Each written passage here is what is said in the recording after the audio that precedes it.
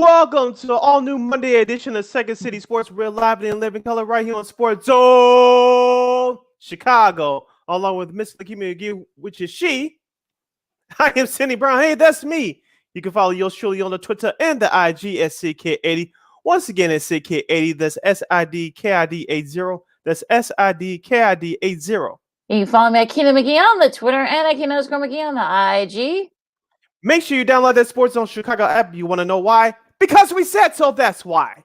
And also, too, you can catch any of our other 5 live shows throughout the week. If you happen to miss them, you can go back and catch them, watch them, and listen to them at your own leisure. Make sure you download that Sports Zone Chicago app today. Also, we are on Roku TV. Make sure you download that Roku TV app. If you have a Roku television already, just go to the sports section, type in Sports Zone Chicago. Voila! It pops up right there. So you can watch Sports Zone Chicago right there on Roku TV. Thank you, Lakeena, for flashing up on the screen. One more again, as young folks will say. Tell me where we can find Sports Zone Chicago. Right there on Roku TV. So make sure you subscribe to Roku TV. Download the app. If you already have a Roku TV, just find Sports Zone Chicago in the sports section, and we're right there for you. Speaking of Sports Zone Chicago, you can go to Facebook, Twitter, Instagram, and YouTube and find Sports Zone Chicago on all social media platforms. Once again, Sports Zone Chicago on Facebook, Twitter, Instagram, and YouTube. You want to catch the audio version of this podcast? You can do so by subscribing to War on Anchor. We are available on all podcast platforms, including the iHeartRadio app. So make sure you type in War on Anchor on those podcast platforms. And you can follow War Media on Facebook, Twitter, Instagram, and YouTube at WARR Media. Once again, that's War Media on Facebook, Twitter, Instagram, and YouTube. Thank you very much in advance for your support. Like, share, subscribe, and tell your friends. We are unapologetically fun, and we have very definite opinions. If you have any definite opinions in our 2-hour extravaganza we call it Sports Talk Radio Show, you can go to Sports Zone Chicago's Facebook page or Sports Zone Chicago on YouTube. Type in your questions and comments in the comments section. Lakeena will get them up on the screen for you. But if you decide to troll, do something stupid, or as you young folks will say, act ignorant, I've given Lakeena full power to give you fools to bear land be a boot. Bye-bye. I love when she says that. Let's kick off this Monday edition of Second City Sports, Lakeena, by discussing Chicago baseball. Speaking of giving your opponents the boot, that's what Dylan Cease did yesterday as the White Sox ended their 4-game losing streak by defeating the Baltimore Orioles 4-3. Dylan Cease had a career-high 13 punch-outs. He struck out the side twice. While the offense for the White Sox came alive, sorta, the Baltimore Orioles did not quit. With Dylan Cease, as many people say he's the best pitcher on the team, he displayed it on the mound yesterday. While the White Sox are still struggling through injuries, they persevered through a much-needed victory, now standing at 3 games under 500 with an important 6-game West Coast road trip that begins tonight at Anaheim against the Angels, and then going to San Francisco to face the Giants for a big 3-game series over the weekend. Lakeena, I was at the game yesterday. If you followed me on social media, Dylan Cease, he's a joy to watch. We all said that he has the best stuff in terms of pitching arsenal on the team. He's one of the top 5 pitchers in the league when he's on. Yesterday he was on. It was a much needed performance, not only Cease, but for the White Sox's confidence as well. Yeah, I mean, bravo. I mean, you look, okay, you avoid getting swept by the Orioles. Good for you. I mean, yeah, 12 strikeout but it's true, though. I mean, they need that performance from Cease to make sure they don't get swept. And unfortunately, that's, they were actually almost close to blowing that one. So, color me not We'll impressed. talk about that in a minute. Well, yeah, I mean, look, but again, I'm going to say, color me not impressed. I mean, okay, you did what you're supposed to do. You kept from getting swept. I mean, look, they got some good players on that Orioles team. We saw that, over the weekend. So, you got 12 strikeouts. You're probably your best outing of a season. 13 strikeouts, I should say. Your best out of the season. Bravo. But again, you're not going to get cookies from me from avoiding a sweep, against the Orioles. Sorry. And speaking of that ninth inning yesterday, Lakeena, I was sitting there watching it yesterday. Kendall Graveman actually didn't look bad through the first 2 batters, but Jose Abreu, I'm gonna throw him under the bus only because you gotta know the situation. Okay, the first play, Tim Anderson, the play that he got injured on a month ago against the Cubs, he made a terrific play, but Jose Abreu drops the ball. I know people are going to argue with me. Sometimes that happens. I get it, but that throw wasn't a wide throw. He had time to catch it. You let it fall off your glove. That's inexcusable. And then the next batter got on, and Jose Abreu has a brain fart. He touches the bag 2 minutes after the runner already passed first base. That's inexcusable. Yeah, it really is. I mean, that almost that would kind of led to the Orioles starting that almost comeback that they almost Yes. pulled off. So that led to and thankfully they were able to get out of that. Graveman and were able to get and Kelly were both able to get out of the ninth inning for the White Sox to have them hang on. But again, I mean, this has been the issues. It's been fielding. It's been inconsistent hitting. Lack of defense.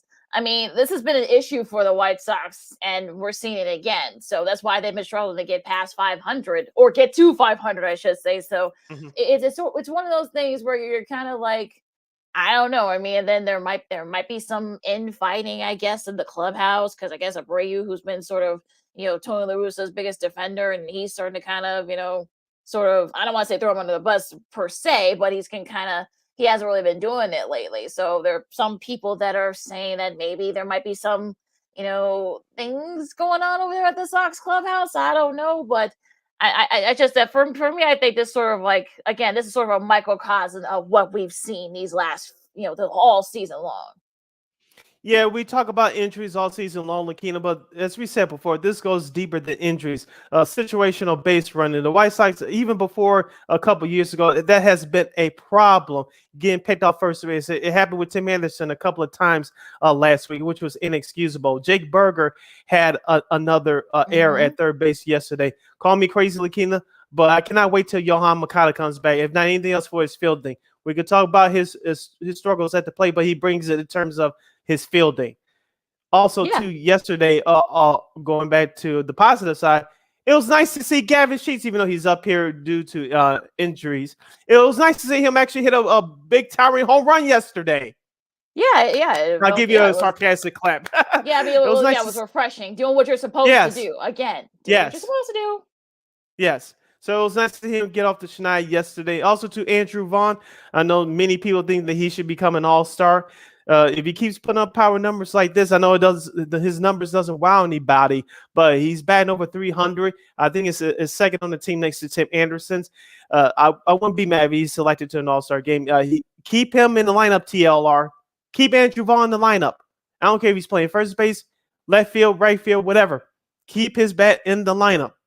And I think that Tony La Russa is going to have another interesting dilemma when Yohan Moncada and I believe Liam Hendricks is supposed to come back later on this week when they play the San Francisco Giants on this road trip.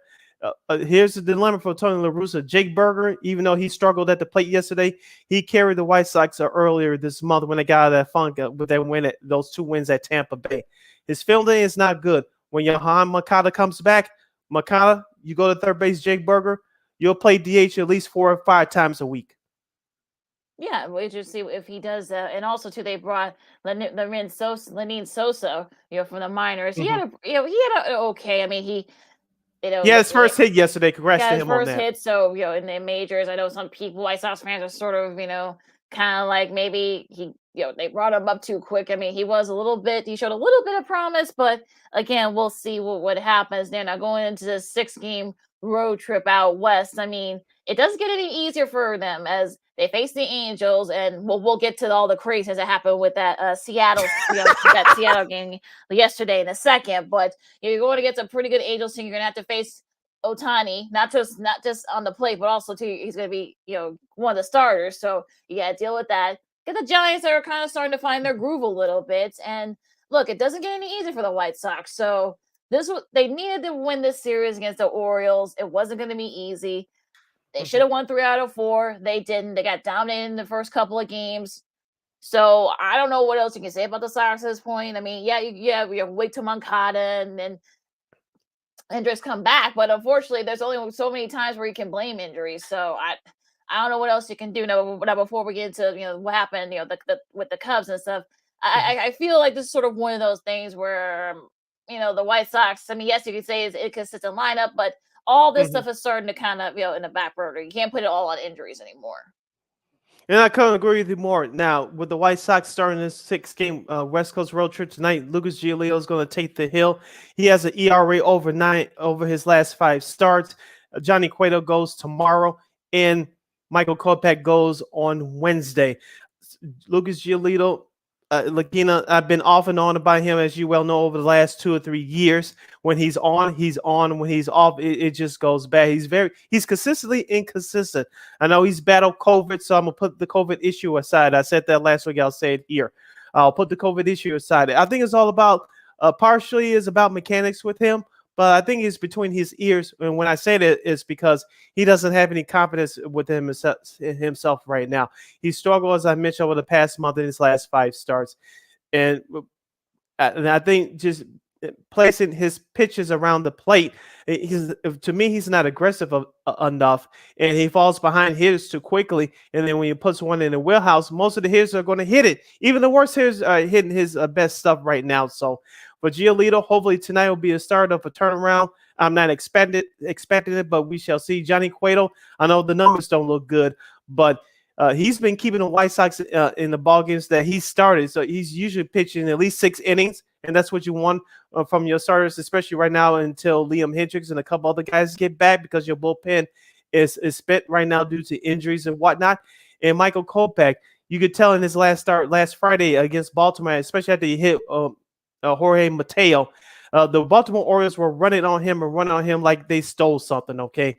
And Michael Kopech, we know he had his issues emotionally and confidence-wise in the past. So can the White Sox win this series against the Angels? Yes, but it has to start looking at themselves in the mirror and giving that extra effort. And hopefully we'll see that starting tonight. Well, Giolito, they're going to be facing Syndergaard, so and he's actually, I think he has a ERA like under 1, so I think that's going to be a tough task for the Sox. They haven't said whether or not who they're going to face, who's going to face Cueto tomorrow. I'm sure we'll get to that. We'll get that probably later on today. And Ohtani will be facing Kopech, so that should be a really good pitching matchup there. You're listening to Second City Sports on Sports Zone Chicago. Cindy Brown, Lakeena McGee with you, talking some baseball here. We're going to go to the north side for a second. Going with the Cubs. The Cubs, could continue to be the thorn in the Cardinals' side, if you will, take it 2 out of 3 in that series. Winning the rubber match in a thriller 6-5 yesterday, and it's been guys like Wilson Contreras, but it's also been the young guys, and they were down 5-0. People thought that maybe okay, that's it. They're going to be probably get blown out, but they didn't. They showed a little bit of fight. Contreras, kind of led that scored that tiebreaker, had a tiebreaker RBI in the 10th, and they were able to pull off and win that series. Yeah, you mentioned Wilson Contreras, one of the many Cubs players are rumored to be traded at the trade deadline coming up next month. Actually, it's August 2nd this year for the trade deadline. Wilson Contreras was 2 for his last 23 until he knocked in those 3 RBI yesterday, including the game winner, as you mentioned, in the 10th. He's a big bat. Ian Happ has been doing very well for the Cubs. Kyle Hendricks, let's give him some love. He shut down the Cardinals Friday night. Was a part of the 3-0 victory. As we talk about him as a possible trade candidate. I know his ERA is under 5 for the season with a 3-6 record, but Kyle Hendricks brings that veteran presence to that clubhouse. He still has something left in the tank. Is he the pitcher that he was 5-6 years ago? No, but he still brings value, and that's why he's an attractive figure as far as the trade market is concerned. Now, getting back to the other young stars for the Cubs like Patrick Wisdom and Frank Schwindel and Christopher Morel, he's definitely making the most of his opportunities in the Cubs uniform. And I know some people say that he can be an early candidate for NL Rookie of the Year. He's showing it right now. I'm not saying he's the favorite, but he's definitely top 2, if not top 3. Yeah, definitely. And I think, he's definitely sort of right there. You're kind of seeing sort of like a little bit of flashes from each of these younger players, which is a good thing, especially if you're a Cubs fan, you need something to cheer about. So I think seeing Morel and Wisdom and all these sort of young, these young guys sort of seizing the opportunity, because they know that they're, in some cases, not all, but in some cases they're probably going to be the team that's going to sort of, maybe Jed Hoyer tries to build off of, maybe perhaps, I don't know, but it'll be interesting to see what, I'm kind of wondering, like, okay, I heard Jed Hoyer in a couple of interviews. I think he said, look, we're trying to do what we can, some of our young guys and whatnot. I mean, he has the Contreras being traded is not out of the question, of course not. Maybe we can get something of value for him, but he also said he may not trade him at all. So again, we'll just have to wait and see what exactly is what what exactly is sort of the plan? I don't think they have one at this point. But look, winning 2 out of 3 against the Cardinals, which, like I said, I think they have the series lead this so far, and you're coming back to Wrigley. You face the Reds starting tomorrow, I should say. So we'll see what happens with that series, because I feel like this sort of like they should be able to beat the Reds, because they're actually a little bit better than the Reds. I know that's not saying much, but they should be able to kind of get back into the sort of like right there, kind of like, okay, well, let's beat the teams that we know we should beat. I mean, they actually been really good against the Cardinals this year, but let's see if they can kind of beat the teams that we should be better than. Before we move on to the national picture, would you possibly trade Ian Happ? I wouldn't, unless you get a deal that's going to knock your socks off, because you really don't have his backup base, second base. I know he can play a little bit of the outfield as well, but I wouldn't trade unless it's a deal that totally knocked my socks off. I've seen like some people say that I've seen some reports saying that maybe they should, not really, bloggers mostly saying that they should trade Happ, but he's like you said, they have no other options at second base, so you're going to bring somebody up from the minors, and he might be a piece you can build off of. So unless you get maybe like a couple of top prospects, I don't think Jed's going to make that move. Now, of course, I'm sure he'll listen, but it's sort of one of those things where, like, unless you give him something, then I don't think don't trade him just because. Yeah, because I think the two most the two players that brings the most value back for the Cubs, one is Contreras. You could he doesn't have to catch every day. The DHs are all around now, not just in the American League. So that he's number one. Number two, Cal Hendricks. As we said before, the record doesn't look great, but he brings that veteran presence. He definitely bring that jolt into a team that's right in the middle of a wild card race and help them propel them to a possible playoff spot. Yeah, that like I said, I mean, if you're DeHoy, I'm sure you're going to be getting calls, unless you're going to get like a top minor leaguers or something like that. I wouldn't make. He's probably not going to, so I would think at this point, unless he gets something that really kind of knocks, sort of like they say, okay, I can't pass this up, I can't pass this deal, I can't see him making the trade for either Contreras or Happ. So we'll see what happens. Okay, we got to we're up against it, so we got to take a really quick break. But we're going to come right back, and we're going to talk about nationally, in baseball, with the, crazy things happening with the Angels and the Mariners yesterday. Smack. A great ending to the series between the Astros and the Yankees. And also, too, we crowned a new Stanley Cup champion. So a lot to do still. Cindy Brown, Lakeena McGee, Second City Sports on Sports Zone Chicago, and we're going to be talking about more MLB, and we'll also be recapping the Stanley Cup final, which just ended last night. Lots of history made on all fronts. So, we'll be right back right after this.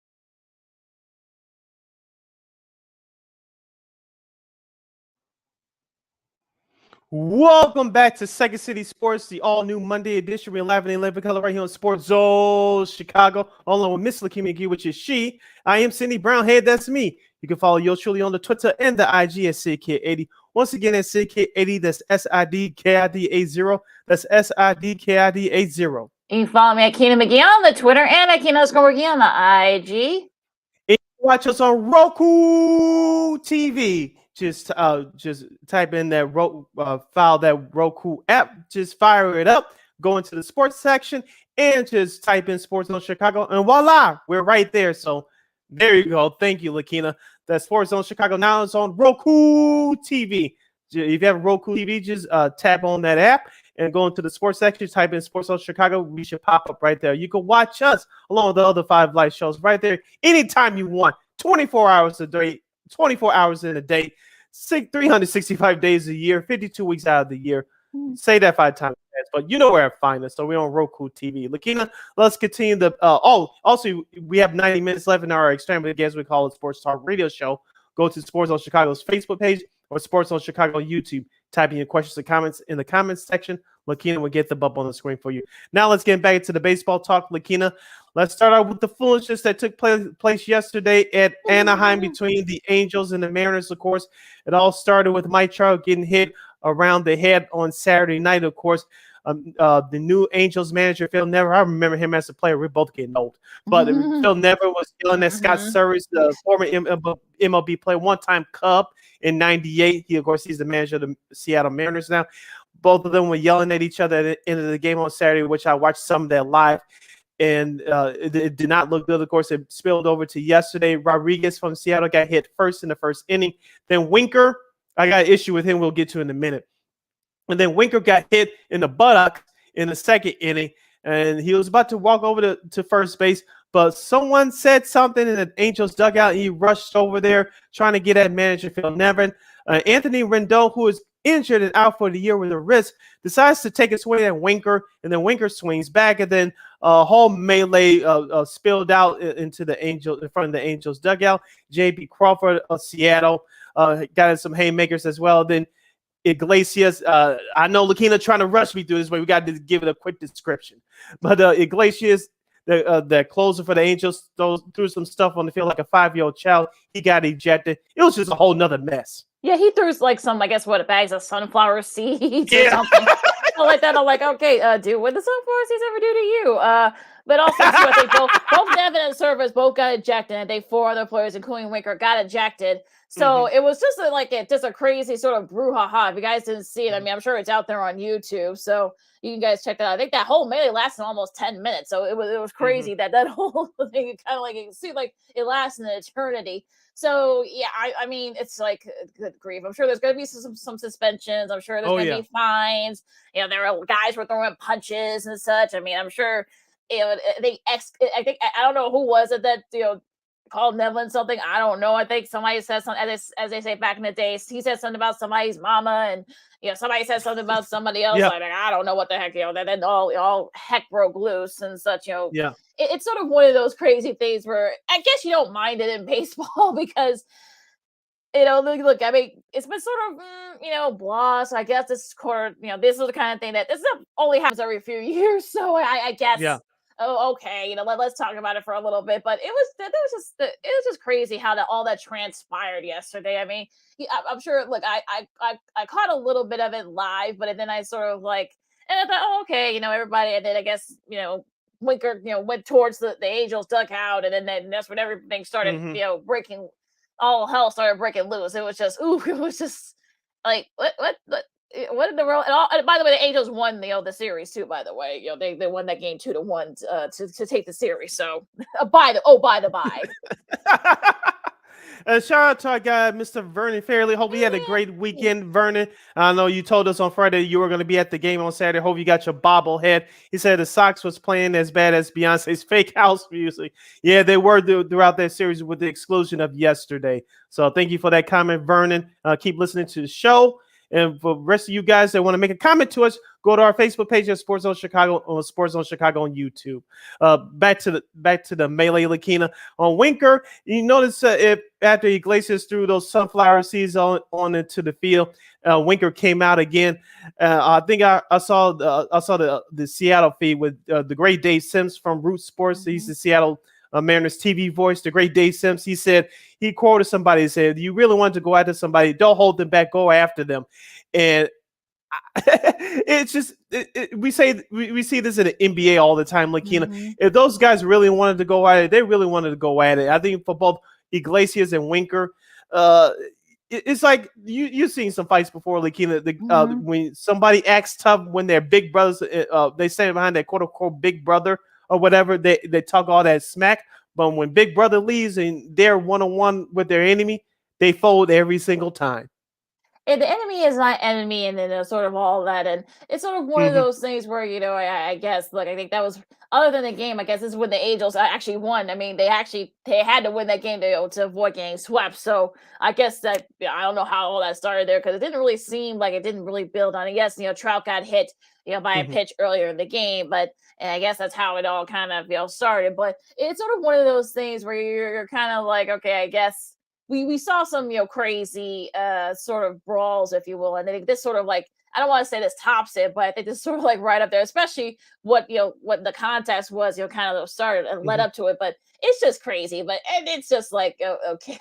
It was just I don't know what happened there, but I mean, like we said, I mean, I'm sure there's going to be some fines, there's going to be some suspensions and such. So I know Winker probably is going to get suspended maybe 5, maybe 10 games or something, because I guess they're going to say that he started the whole thing, but I don't know. It's crazy. Like I said, J.B. Crawford threw some haymakers in there too. He's going to get suspended from Seattle. A couple of those Angels players are going to get suspended too. So I see about 4 or 5 people from both sides getting suspended from this. So the news may come down later today or early tomorrow. So we'll see what happens on there. Now, Lakeena, let's get back to the business on the field. The LA Dodgers, without Mookie Betts, they take 2 out of 3 in Atlanta. Of course, Freddie Freeman got his championship ring over the weekend. He was overcome with emotion. He thought that he was going to stay in Atlanta, but the Braves didn't want it anymore, so he signed with the Dodgers. The Dodgers showed why they're one of the best teams in the National League. The Braves are still going to be right there, but the Dodgers, without Mookie Betts, take care of business down the dirty South, as the kids would say, this weekend. Yeah, they've actually looked pretty good since he's been out. So the fact that was kind of a crazy game too, but for different reasons, if you will. Like Kenley Jazz actually did the reverse that he did when he was with the Dodgers a few years ago. Yeah, he actually blew a save opportunity. He's with the Braves now. He blew a save opportunity that led the comeback and such. And of course, Chris Taylor drove in the go-ahead run in extras that propelled the Dodgers to take that series against the Braves. And look, I think the Dodgers kind of show that they're, even with all the injuries, not just Betts, but there are multiple guys that are out right now. And the fact they're still they're still staying afloat. You got Freeman, put a little bit of a show on for his, for the folks over with the Braves, and Bellinger had a couple of big hits. They had some good starts from some of their pitchers. Craig Kimbrell, actually was able to hang on. I got that save. I've got that win, I should say. So I think that definitely kind of helps the Dodgers, especially confidence-wise. Yes, it does. We know the Dodgers are struggling with injuries too. In particular, they're starting rotation. Walker Buehler, he's going to be out a couple of months or so. They had to hold it together as far as their pitching is concerned. The offense going to have to pick it up for them. You mentioned Freddie Freeman, Trey Turner, Justin Turner, and some of the known name guys that are known to step up in the past. They had to help out as well. And so the Dodgers, they're going through it right now, but at least they're out to a great start, taking 2 out of 3 in Atlanta. Yeah, that should definitely help them. Then I'll go into the Astros and the Yankees series, a very interesting series. They had a combined no-hitter. It's actually the first time the Yankees have been no-hit since 2003, which also was against the Astros. And they were combined no-hitters. Both of them weren't, including this latest one. And sort of one of those, I know, people were already kind of, how they feel about the Yankees, how some people, feel about the Yankees and such. So I guess Christian Javier, and a couple of relievers, led that no-hitter as well, the combined no-hitter. But they were able to come back, the Yankees did, and it was Aaron Judge's walk-off that propelled them in that series, not just in the game, but in that series too. And I wouldn't mind seeing 7 more of these for the ALCS, but again, that's a long way away. But that was a really great series. Sid, what do you think about that one? It was a great series to watch. I did catch that game on Saturday with the no-hitter. First of all, congratulations to Christian Javier and the rest of that pitching staff for the Astros. They used 3 pitchers to have that combined no-hitter compared to 6 back in 03. But Aaron Judge, his bat is continuing to heat up. Lakeena, we all know that he's betting on himself for a new contract. As of right now, he will get it. He's one of the main reasons why the New York Yankees are where they are, along with their starting pitcher, even though Nestor Cortez is struggling lately. Garrett Cole, who faced Christian Javier on he didn't pitch that badly either, but the Astros just had enough offense to get the victory on Saturday and on Friday as well. That's Friday as well. White Sox fans, this name will sound familiar to you. Kyle Tucker, who was a crusher in last year's playoffs. He had that 3-run home run on Friday night, last Friday night's games, to help the Houston Astros win one of those 2 games in that series. So it was a great series to watch. And like you said, they had a classic ALCS battle back in 2017. We all know why the Yankees feel the way they do, because the Astros cheated during that series. We won't get into that, but I wouldn't mind seeing 7 more of these either. The Houston Astros have, if not the best bullpen group of pitchers in the major leagues. The Yankees, even though they're going through their injuries with the bullpen, they're still holding it down together without Aroldis Chapman. So, and their starters, as I mentioned, has been doing well. And so, but both offenses had their moments in this series. We saw great pitching in this series too. So that's what you get when you get 2 great teams. You see a little bit of everything. Yeah, you do, and I think this is a very entertaining series. So like we said, hopefully we'll get more of these. We actually will get a couple more, after during the season. I think the last few months of the season, but this is actually a great series. Now, probably one of, if not the hottest teams in the league in the last couple of weeks, it has been the Red Sox. They've won 7 in a row. Their pitching and their hitting have actually been the thing that's kind of sort of helped them in this 7-game streak. And it's sort of, Trevor Story had 2 runs to reach the 500 career RBI club. Congrats to him. Also to Devers and Martinez, they helped with that sweep against the Guardians, 8-3. So what do you think about the Red Sox, and can they perhaps maybe put together a little bit of a run here? Oh, they putting together a run right now. Will it be enough to change the Yankees? I'm not so sure about that, but will they be one, if not the leader, for the first wild card spot in the AL playoffs? Absolutely. As we said all season long, Lakeena, the AL East race is going to be tight down to the right. You may see all 3 wild card spots coming out of the AL East. Right now, it's a foregone conclusion that the Yankees will win the AL East.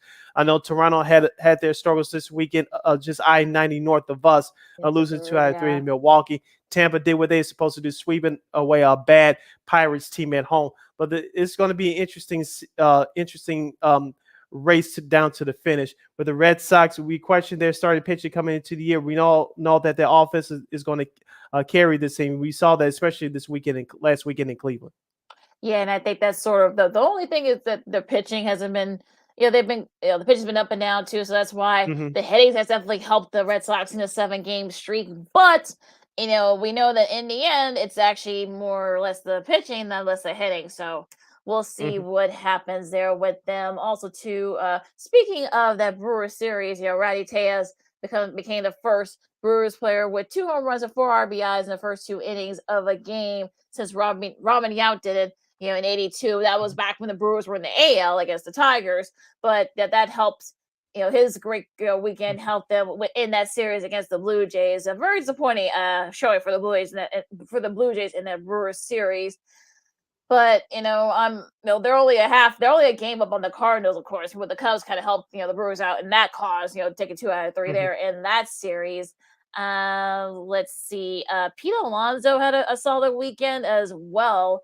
The Big Panda. Yeah, 69 RBIs so far this year. That's the most through June in Mets history, passing Piazza, who did about 22 years ago. Good grief.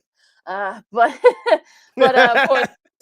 But it was an up and down weekend for the Mets. because unfortunately, they lost 2 out of 3 against the Marlins of all teams. So that's not going to help you if you're trying to keep that lead in the AL East with the Braves and the Phillies. Kind of not right on your tail, but they're still like within distance. And also, too, back to the American League, the Minnesota Twins, they take care of business, winning the last 2 games. So that series against Colorado. And also, too, you mentioned the Cincinnati Reds. They surprisingly, they take 2 out of 3 in San Francisco. So the Reds are, as you always say, in a foul mood. They'll be in a foul mood coming into Wrigley to face the Cubs tomorrow night. Yeah, that was kind of a disappointing if you're the that was disappointing if you're a Giants fan. That was something that you did not want to see. You did not want to see. You didn't want to see your team losing to a Reds team. So that's not something that you want to show. And unfortunately, if you're the if you're the Giants, you're trying to make ground with both the Padres and the Dodgers. This isn't going to help. So losing 2 out of 3 to one of not the worst teams, not only in the National League but in the majors, this won't help.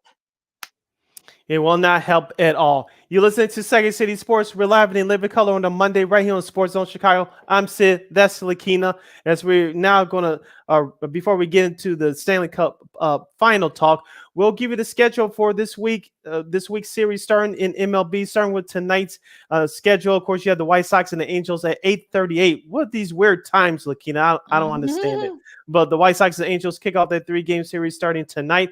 Of course, you have Oakland at New York at 6:05.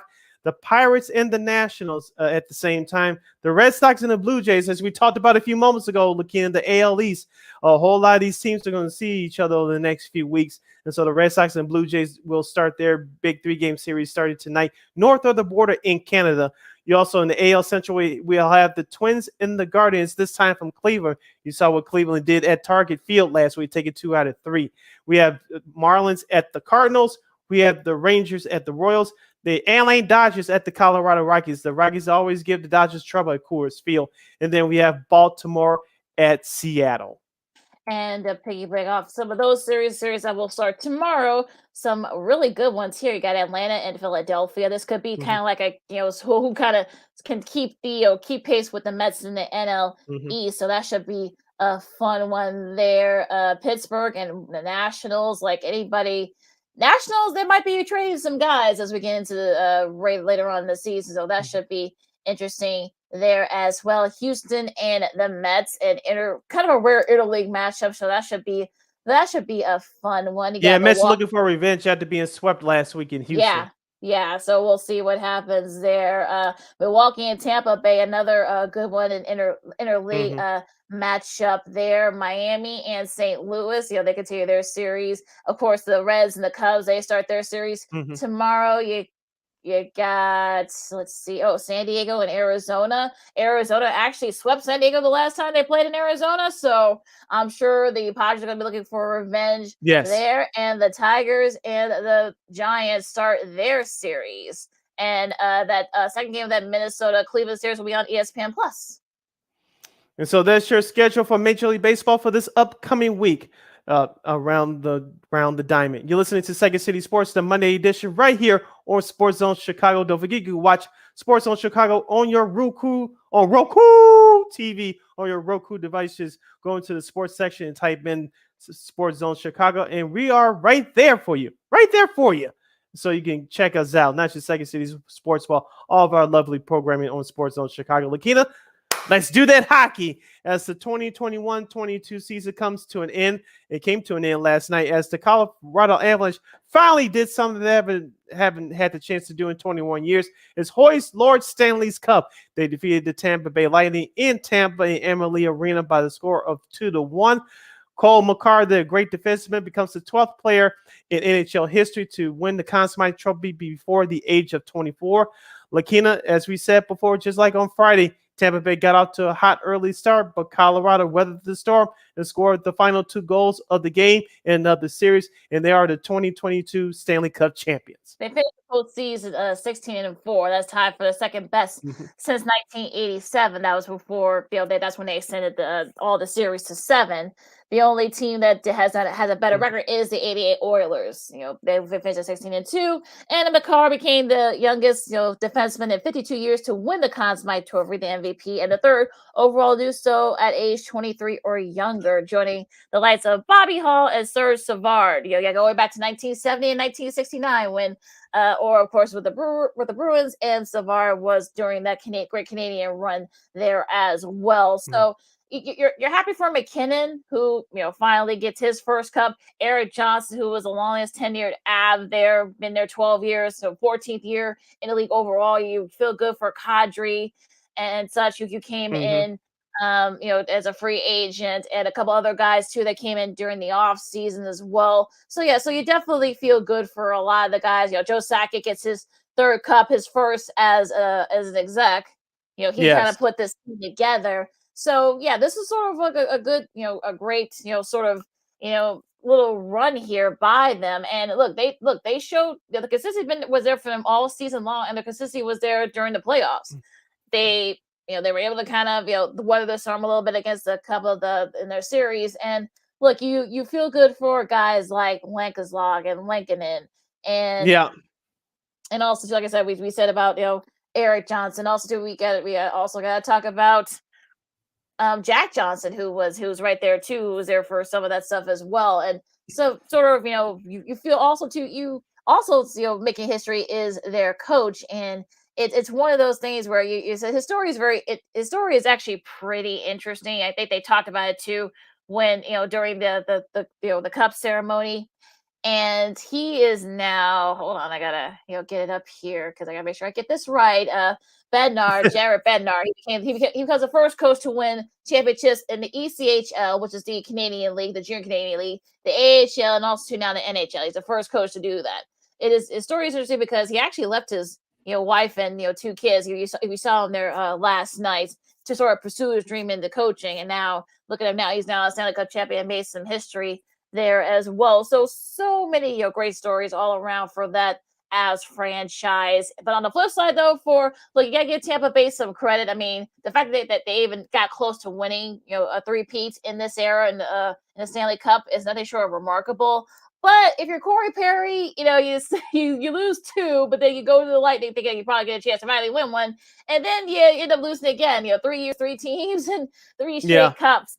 Losses, Stanley Cup final losses. So that and I'm sure he's smarting right now tonight. But look, Kemper, Daniel Taves, and the rest of that group, and look, can they win again? Look, it's gonna be tough to do, especially in this era. But I wouldn't be surprised if they actually make a run at it. Also, let's also give some love to Colorado starting goaltender Darcy Kemper. I know he struggled throughout the early part of his career. We remember him here in Chicago when he was the member of the Minnesota Wild. He was trying to get his feet wet. He got more than his feet wet with the Avalanche this year, Lakeena. Whenever the Avalanche needed a big save, he was right there for them. And Colorado was 4-0 in road series clinches in the playoffs this year, so you had to give it up to him for that. But Darcy Kemper was great in between the pipes, especially in the last couple of games of that series, and he really showed his mettle, what he was worth, and he was more than just good enough for the Avalanche. And like you said, for the feel good stories, Corey Perry, even though he lost, I don't know if you caught this, but I watched the Canadian version on Rogers Sportsnet /CBC. They showed his wife in the crowd. She was crying for him. I know he experienced it early in his career with Anaheim back in 2007, I believe it was, but whenever you lose in the final round, is never a good feeling.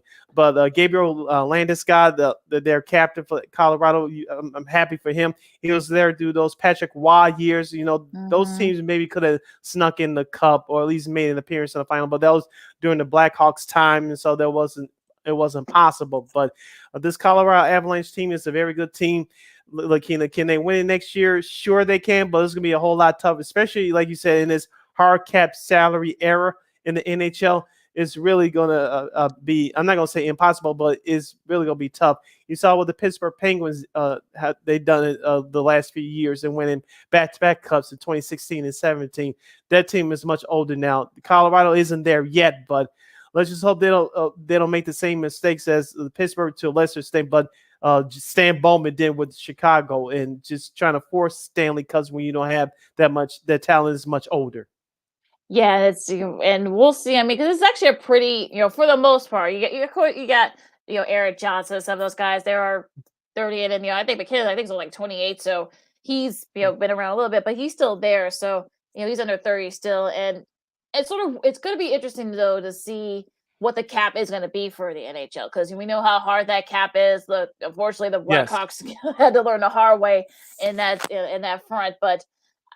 I mean, I don't know. I think Kadri is up. I think he's one of those guys that's up, for a new contract extension. Will they be able to pay him? That's another thing. I don't know. I mean, I think it's sort of, like I said, this is sort of hard to figure out when it comes to the NHL, because you never know where the cap's going to be. You know how hard the cap is and such. So I don't know. I mean, I feel like I said, it's gonna be tough for them to repeat, but they're definitely gonna be one of the favorites in the West next year to at least be one of those top contending teams out West. Yeah, they're still going to be the favorites, as you mentioned, the Western Conference. I think St. Louis can get better. I think Edmonton can get better.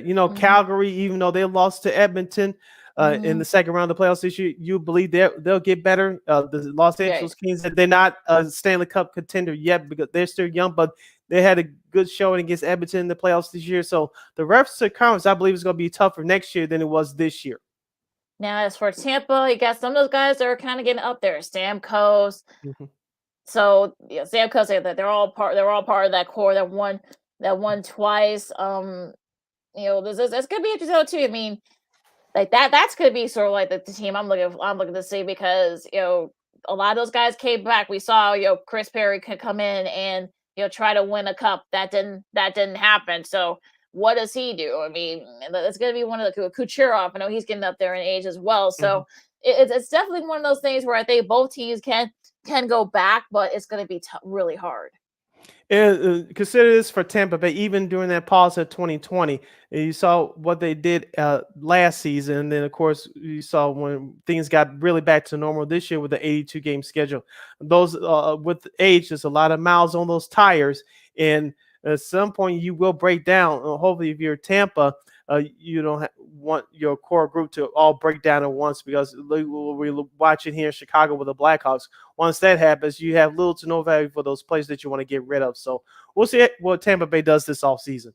But it was a great run for them. They should not hang their heads. Colorado was the better team, but Tampa put their franchise on the map as far as one of the best runs in NHL history. Absolutely. So we'll see how both teams do, and congrats to the Avs. I know they're partying over in Colorado right now as we speak. So I know that there's actually was a tweet from earlier this morning. I know we're up against it, but I know I gotta get it up, pull it up real quick. That Stanley Cup we saw, and that they could talk. All I can say is, if only that Stanley Cup could talk. I mean, I think it would need it would need a series on one of the streaming services. I think they can only, there's only so much they can say or do in that front. But let me get it up to try to see if I can find that darn tweet. I know I had it in there somewhere, but yeah, it was from early this morning. And here we go. It was Eric Johnson sleeping with the cup on his hotel bed. So that was you guys check it out. Go through the NHL Twitter account and see. But if only that they would all the stories that they could tell. Yeah, and shout out to our girl Romy Bean from CBS in Denver, the sports reporter. We got to get her on at some point, because I know she's chasing that cup and then some right now. I followed her on Instagram and Twitter, and I know she's having a great time of her life, being a native of Colorado. And so congratulations to that city of Denver and the whole Avalanche franchise. So shout out to Romy Bean. We got to get her on at some point. Yeah, hopefully during training camp. Yeah, she's going to do Broncos too.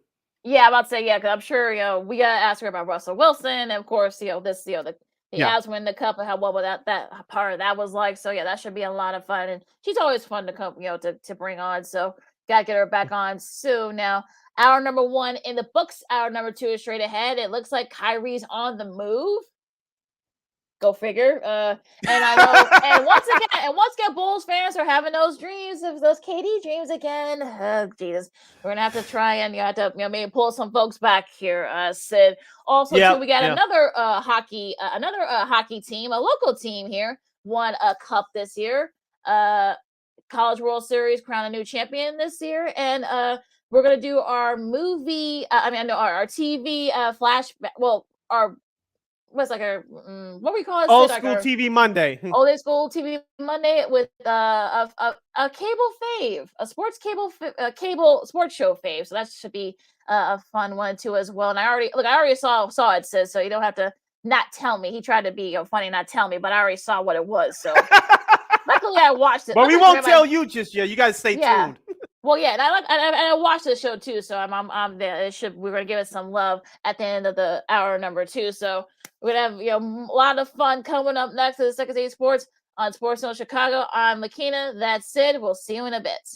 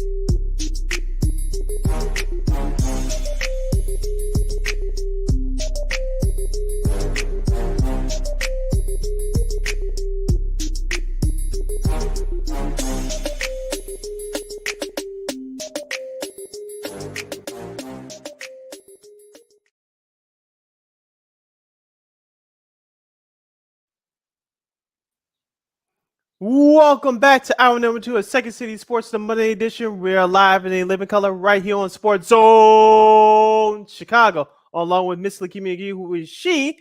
I am Sydney Brown. Hey, that's me. You can follow yours truly on the Twitter and the IG at SidKid80. Once again, at SidKid80. That's SIDKID80. That's SIDKID80. You can follow me at Keita McGee on the Twitter and at Keita_McGee on the IG. We are now on Roku TV, aka Roku TV, and you can, if you have a Roku TV, just click on that icon, go to the sports section, type in Sports Zone Chicago, and we're right there. Voila! One more again, we're on Roku TV. If you have a Roku television, just type in the sports section, type in Sports Zone Chicago, and we're right there. If you don't have a Roku television, as Lakeena said, you can download the Roku app, I believe, and go to the sports section and find Sports Zone Chicago. You can enjoy us 24 hours a day, 7 days a week, 365 days a year, 52 weeks out of the year. You can watch Sports Zone Chicago, not just our shows, Second City Sports, but our other 5 live shows as well. So go to Roku TV, buy you a Roku TV, and just get Sports Zone Chicago from that, and you'll enjoy yourselves. Lakeena, let's kick off hour number 2 of Second City Sports. You said that Kyrie Irving is on the move. I know he has an option to pick up or not to pick up on the deadline on Wednesday, but is it a possibility that we can see him on the move again? Yeah, apparently, according to some of the various reports, and it's sort of, this is according to Christian Winfield, who is a national NBA reporter. He's usually pretty right on about these things. He does NBA and of course, and that's too for the Daily News. And he said that he has requested. I'm talking about Kyrie has requested and received permission from the Nets to find a sign and trade offers from other teams. Although Katie still hasn't spoken to the Nets front office, I guess Russell Westbrook is not one of the players that Brooklyn would actually bring on. If that does happen, I should say, easy for me to say. So, and also too, so far the Lakers are the only team that has shown interest. Everyone else is. I know he has a wish list. I'm talking about Kyrie. There are a couple other teams. I know that the Clippers and the Heat are also two of some of the teams that have been discussed, but a lot of those teams don't have cap room, so you're gonna have to maybe do a sign-in trade. You probably have to get maybe a third team involved as well. So just a whole lot of weirdness and then such. It's just crazy to me. I know that all this stems from Kyrie not taking the vaccination from last year due to the New York City law at the time. And of course, he's been injured off and on in the Brooklyn Nets uniform for the last 3 years or so. And we all know that Kevin Durant, everything goes by him with that Brooklyn Nets organization. That's why they brought him and Kyrie over 3 years ago. Lakeena, I think we talked about this on our last show last Friday. Kyrie, do I really see Kyrie and LeBron teaming up one more time over at the Lakers? I just don't see. I know time heals all wounds, and these things change as you get older. But I call me crazy. I don't see that reunion happening. What are you going to do with Russell Westbrook? As you just said, the Brooklyn doesn't want Russell Westbrook. Who wants Russell Westbrook at this point? He's starting to age himself. He's still a good player, but he's not at the MVP level as he was a few years ago. But who wants Russell Westbrook? I think that's what it comes down to now. Systematically, in terms of the other teams that Kyrie is are possible destinations for Kyrie, would you? I think I can see him and Jimmy Butler working together. I know at times Miami Heat they struggle to score, but as you mentioned, as far as the salary cap is concerned, Miami doesn't have enough room. I know they're not going to resign PJ Tucker as of right now. We'll get to him where I think he should go in just a few minutes. But on the floor, I don't think it will be a bad combination for Kyrie and Jimmy Butler to work together. But like you said, salary cap constraints will prevent that from happening. Yeah, and like I said, so far, the Lakers are the only team that's willing to do a sign and trade. So because of that reason, so I don't know. I mean, this might be one of those times when Kyrie's might be stuck here, but Mm-hmm. again, we'll see what happens. But they're again, this is according to Woj. There are currently no takers besides the Lakers. So it's gonna be hard for them to get rid of that contract if they wanna. If Kyrie said that he's not happy, he doesn't want to come back. I don't know. I mean, it's one of those things where at this point and in this juncture, we're going to hear all types of rumors. So could there be a team that comes out of nowhere? I know some people. Okay, we'll get to the Bulls in a second. I know Bulls fans are already kind of like having that nice little dream. But I think as for Kyrie, I mean, if you're LeBron, do you want to deal with that headache? I know you brought Cleveland their title finally, but Mm-hmm. even still, I mean, do you really look how quickly that sort of kind of went off the rails? So do you really want to deal with that again? I know it's been a few years and you grow up, but yeah, do you really want to do that if you're LeBron? I mean, you want to deal with that again, especially since you're getting up there in age too. So Mm-hmm. I don't know. As we said before, Lakeena, the Lakers need to get younger. They need to get some shooters. They already have issues of their own with Anthony Davis's injury issues or Russell Westbrook not being a good fit, and they're right up over the cap just paying those three players I just mentioned. So if you're the Lakers, I don't think bringing over Kyrie, yes, it looks great for television, it'll look great for headlines, but as far as system, just like we talked about with Russell Westbrook a year ago, Hmm. I think Kyrie would be more of a slightly better fit than Russ, but and he's just a couple years younger than Russ, but if you're the Lakers, obviously that doesn't solve all your problems. It doesn't. Yeah, I think it's sort of like one of those things where we'll have to keep an eye on this because Hmm. there are a lot of going to be some moving pieces here, and I feel like this is going to be a sense of okay, what do you do and what can you gain a lot from this? And I think to do the Lakers game from bringing Kyrie, yeah, you bring on your shooting, okay, fine, but again, the consistency of it, he kind of sort of goes in and out. I mean, LeBron, the rapport he and LeBron have. I mean, is that going to be a thing? Now like I said, I mean, yeah, it's been a few years, but again, is it going to come in some issues? We saw what happened after they won the championship. I'm talking about LeBron and Kyrie with Cleveland. So I don't know. I mean, I know the Nets. If you're the Nets, you're kind of you're stuck. Basically, you have a player that doesn't want to come back to your team, and now you have to try and see if you can kind of request a sign and trade, and see if there's any takers. But the problem is, and try to get something back. But the problem is that a lot of teams don't have a lot to give you. And if, like you said, Lakeena, if you're Kyrie and KD, if you're stuck together, you just got to tough this out, make this look good, and work together for at least one more year. You can get something for Kyrie at the trade deadline next year, but if you don't, like you said, you're just stuck with it. They got to make this look good and work together. All right. So as far as KD is concerned, apparently, as we said from the various reports, KD has not talked with the Nets. I guess this all is transpired. So I know Bulls fans are already kind of clamoring, and they had the introductory presser with new Bull Dalen Terry about a couple of hours ago. Seems like a really cool young man. Very nice young man too. He wants to get to work. He's going to be playing in the summer league in that starts next week. But I'm like, oh, good grief. I'm seeing Bulls fans like AK and Eversley should try to do whatever they can to try to get KD. But you don't really have anything to, again, you're sort of like stuck. You don't have really anything to give them. So I would implore Bulls fans to kind of just slow your roll on the KD to Bulls talk. I'm sure you saw this too, Lakeena. I saw that picture on Twitter last night. I forgot whose handle it was from, but it was Kevin Durant in a number 7 Bulls jersey, working out at the Advocate Center. So it looks nice, but I just kind of shook my head and started laughing.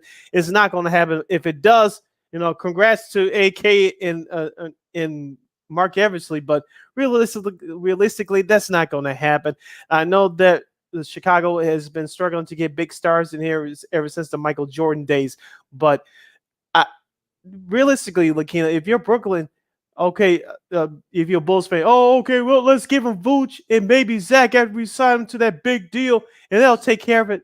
That's not that easy, folks. Let's get a third team. Who wants to be that third team to help them out? None. Maybe it's just me. It's hilarious, Sid. I mean, I'm seeing it is. Crazy scenarios. Okay, hey, let's give Zach and Vooch and a first round of which you don't know you don't know where you're going to be next year in that first round. You're going to be in middle of the road. Okay, fine, and maybe let's throw in P. Will and AO2. Let's trade them all to Brooklyn and get KD and then maybe a couple of the other guys. That's not equal value. Like I'm sure. I'm sure AK and Eversley probably just look, and I'm sure they look through Twitter. I'm sure they probably got their people looking through Twitter. They probably just start laughing at some of the things that folks are saying. It's just like as they should. It's just like what? Just keep it. Look, you never know what kind of stuff. We'll get to some of the names that the Bulls have been attached to. It's not KD, folks. Sorry, we're sorry to put a damper on your dreams, but it's not happening. Okay, KD to the Bulls. It's not happening. Right, go on, Sid. Here's the thing with the Bulls. As we said before, they need a couple of shooters. They need a rim protector defensively, and they need a perimeter stopper. I know that part was sort of addressed in the draft with Dalen Terry, I should say. But they still need a couple of shooters. You have to go through free agency to see if you can find a diamond in the rough. But my number one concern, Lakeena, is that rim protector. And as I mentioned just a couple of moments ago, PJ Tucker, who played the last year with the Miami Heat. Of course, he's a 2021 champion from the Milwaukee Bucks. Of course, he was with Houston in Toronto through the early part of his career. I know he's getting up there in age a little bit, but he will bring an attitude and a toughness to this team that this organization so desperately needs. I know Mitchell Robinson is out there for the New York Knicks. I think that's because he's a little bit younger. I think that's the Bulls' first option they should go after first. If not, bring in PJ Tucker, but one of those two guys, the Bulls have to get to have some defensive presence in the interior. Well, sorry to cut you off. What about DeAndre Ayton? I've seen some Bulls fans say that maybe that's a name that he has the size, he can shoot, but he's not consistent. That's always been my issue with him.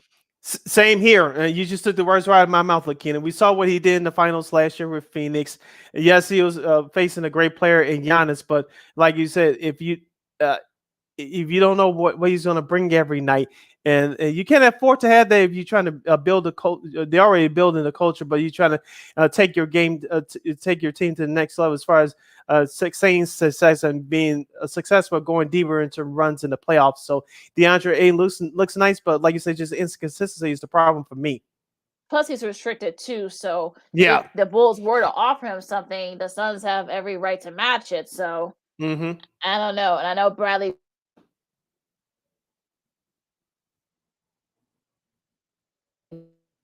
Beal's been a name. I know that he was one of the last recruits for Billy Donovan when he was at Florida. So some people said that he's been the best coach he's ever had. So could the Bulls try to? But you're gonna have to probably give up a lot. I mean, it's not. I'm sure the Wizards aren't just gonna give them to you.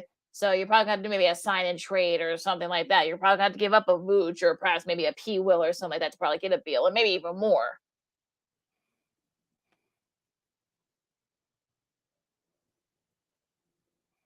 Yeah, if you're Washington, would you give? You're not going to just ask for Kobe White or Vucevic. You'll ask for Patrick Williams too, wouldn't you? Oh, I would, especially if you want to sweeten the pot. So yeah, you're gonna have to maybe Exactly. perhaps. So I don't know. I mean, that he might be at the table as well. I know some people said maybe Jalen Brunson, but I think he's going to go back to Dallas. I know Christian Wood, and they just traded for him, but I think they're going to try to find a way to perhaps maybe bring him back. I feel like the Mavs, but I don't know.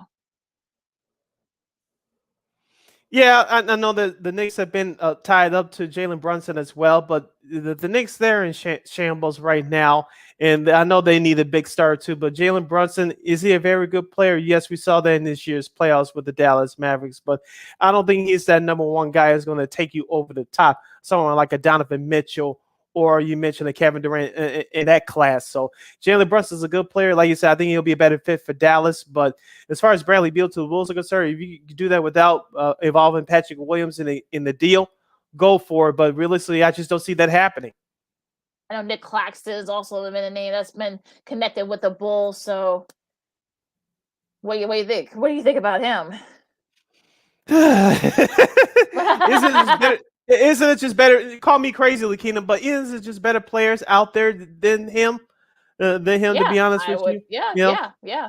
We mentioned a couple. Just mentioned a couple of them. So I feel like Miles Bridges, maybe. I don't know. He is, he's a restricted free agent from Charlotte. Yeah, he had a nice year for the Hornets, but is he the difference maker that this Bulls team needs? He'll be nice, but he's one of the first guys on targeting. No disrespect, but no. Yeah, and I saw we talked about Mitchell Robinson. I think he's probably the best bet for the Bulls because you can kind of get him at a really good price, and he can kind of be that rim protector too. We saw him do it with the Knicks. And I know Kevin Looney, I should say, but if you're Looney and you just won a championship, I think you're staying with the Warriors. I'm just saying that. So that's probably not gonna happen either. But so many names being thrown around here, and I'm wondering what's going to be sort of direction here for some of these teams. We know that some of these teams all have needs. We'll talk about the Bulls because of course. But again, I'm sure AK never always they bad boys move in silence sometimes, so they may have something already up their sleeve. I don't know. Yeah, it's going to be interesting what the Bulls do this offseason, as we talked about before, Lakeena. Of course, the number one issue is Zach LaVine. Will he sign that max deal for 5 years to $212 million? I believe he will. And as I said before, and I'll say it again, with Zach LaVine, assuming that he resigns with the Bulls, which I think he will do, this not only sets them up for potential greater success now, but it's going to, if the Bulls keep on winning, keep getting deeper into the playoffs and perhaps the championship round, this is going to help them attract future superstars to come to the Bulls for years to come. This is more not just for now, but about the future. Yeah, and I know that AK has said that he wants to keep the core together, so he wants to kind of build that camaraderie because people forget the last couple of years. I mean, it's always been something with this team, whether it's COVID and injuries and such. So. And hopefully Lonzo will be back. That's for me. That's the number one concern is that you have to make sure that Lonzo can come back and we're ready by training camp. So again, that's going to be very interesting what happens. Yeah, I heard a story over the weekend too that he's been working out back at his hometown in Los Angeles. I know the Bulls sent out a couple of team physicians and doctors as well to monitor his progress. And so I know that Mark Eversley was asked about it during the draft in his presser last week, and he didn't sound optimistic. And we're going into the month of July, starting this Friday. So we're still a couple months away before the start of training camp. I think believes it starts at the end of September, so that we still have some time. Not too much, we still have some time. So hopefully, like you said, the Alonzo Ball will be ready to go for training camp. Be interested to see what happens there. Do you have any other NBA nuggets that kind of have catch your attention before we move on? Let's move on. Yeah. Real quick, James Harden. Do you think he'll pick up that option on Wednesday? I believe he will, because if he does it, he's eligible for that max deal. But if he does pick it up, it's only 2 years and $100 million. I cannot imagine Philadelphia paying $200 million for a player that you assume that's aging right in front from your eyes. I just don't see it. Yeah, I mean, yeah, he's gonna pick it up. I think that's look. John Wall picked up his option with Houston for what, like $43 million for next year. I mean, he's been gone for almost 3 years now. Yeah, so yeah, I would do it too. So yeah, I'm sure he's gonna take a cue from him, and probably you get 2 years and $100 million. So yeah, hell yeah, you're gonna pick up that option, because if you don't, you're not gonna get a lot of options. A lot of teams are not gonna pay you that much money, especially since you saw what happened in that series against Boston. So I don't know, like, well, what you're not gonna get anything else from anybody else. So I just say just pick up the option and try to see if you can get better in Philly. All right, you're listening to Second City Sports. We're live in Living Color on a Monday right here on Sports Zone Chicago. Sid, Lakeena here with you. Have any questions or comments during today's show, you can go to Sports Zone Chicago's Facebook page or Sports Zone Chicago on YouTube. Type in your questions or comments in the comments section. Lakeena will get them up on the screen for you. Lakeena, what's next? All right, so we're going to give a shout out to another hockey team that won a championship over the weekend, and that is the Chicago Wolves. They're the AHL affiliates of the Carolina Hurricanes. They win their 5th overall, I believe their 3rd Calder Cup, as since they've changed. They've had various name changes over the years. The AHL has, but the Calder Cup, this is their 3rd one, and look, they clinched over the weekend, and they outscored their opponents 76-35. I think that's up there with probably in 18 playoff games. That's the best, and I believe that's right up there with in AHL history. It sounds like the old Edmonton Oilers from the 80s. yeah, it does. Those Oilers teams from like back in the early 80s. Yeah, how dominant those teams were with Messier and Gretzky and Grant Fuhr and the rest of those guys. Josh Levo, he was named Jack A. Butterfield Trophy winner, which is it's their version of the Finals MVP. So if you wonder like what the heck that means, but so congrats to them, and a really nice moment. You saw them; they were actually able to clinch at home, which was great. So they actually had a pretty decent crowd at their home ice. So again, this is they're the affiliate of Carolina. They're not affiliated with the Blackhawks, but even still a cool moment as a Chicago team. It's a very cool moment. Unfortunately, I haven't gotten out there to a Wolves game yet. Hopefully, at some point during my lifetime, I'll get out there. I know one of my childhood buddies said that you'll enjoy yourself. He told me you'll enjoy yourself at a Wolves game. So hopefully, at some point, I'll get out there and check them out. I remember when they won their first cup around 1998, because they won the same year the Bulls won. In 98, they beat, I believe, the Detroit Vipers. Remember that team, Lakeena? Oh gosh, yes. The Vipers from back in the day.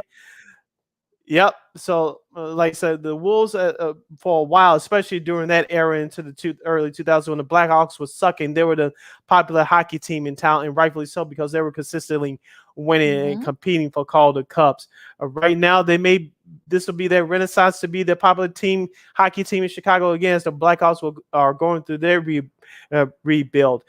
The only question I have for you and for our listeners and viewers out there, we all know that the Chicago Sky won the WNBA championship, and they got their parade and they got their time at Millennium Park on that stage. Can we do the same thing for the Chicago Wolves? Just saying.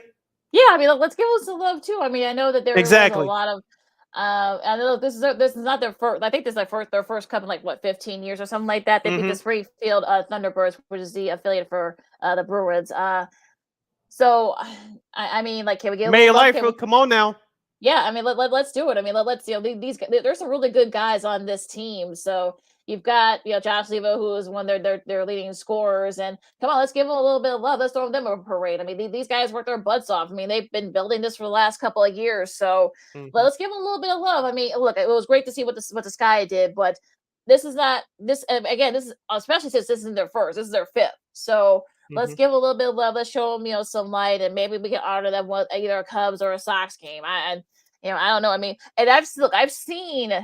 I haven't seen them in person. Unfortunately, they play over at Allstate, but they said the Mhm. tickets are cheap. It's a great time, Yes. and you know, everything there is pretty reasonably priced. I know some with everything going on, but you got food and such. I mean, you can go. You probably take a family of four there and have a really great time and watch some really great hockey. So, can we get some love for them? Can we kind of do a little parade or do some type of ceremony with either the Yeah, Cubs or at the least a Sox? rally. Yeah. Mhm. Or some of some type. I mean, look, yes, it was great for what the Sky did. Yes, it was their first championship. Candace Parker came back, blah blah blah. But but again, this Wolves team's been winning pretty consistently. So let's give them a little love. Let's shine a little light with Ryan Rosofsky and some of the and Josh Levo and some of the other teams there, because this is sort of like this is a big moment for them, because you look at the roster, a lot of these guys might be going to the AHL, or they may end up being stuck in the AHL. So let's show these guys some love. And this is definitely kind of like a great moment. And look, a team won a championship here in Chicago.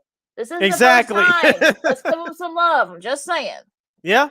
If you're the Chicago Cubs, you're home this week against Cincinnati. Of course, I know the big bad Boston Red Sox are here for the 4th of July weekend.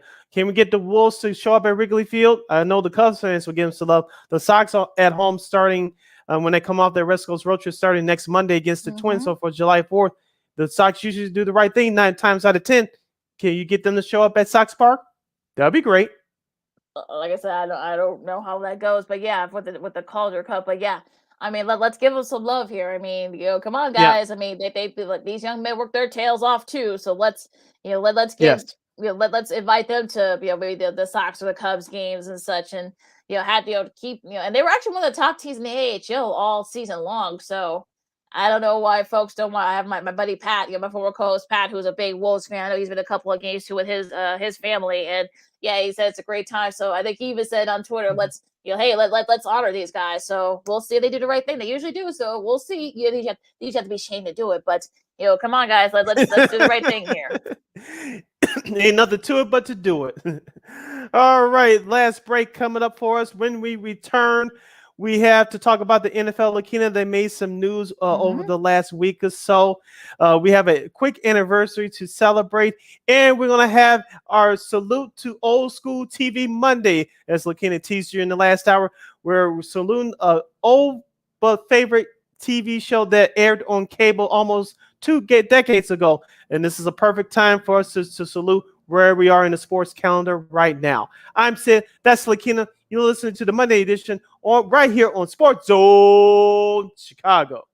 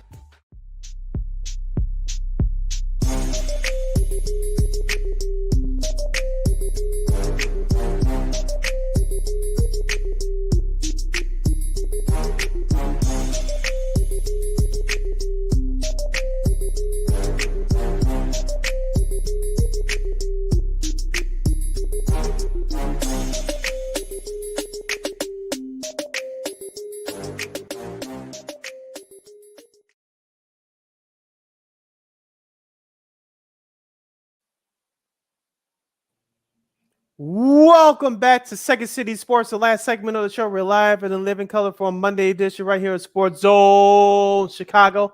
I'm Sid, that's Lakeena. You can follow yours truly on the Twitter and the IG at SidK80.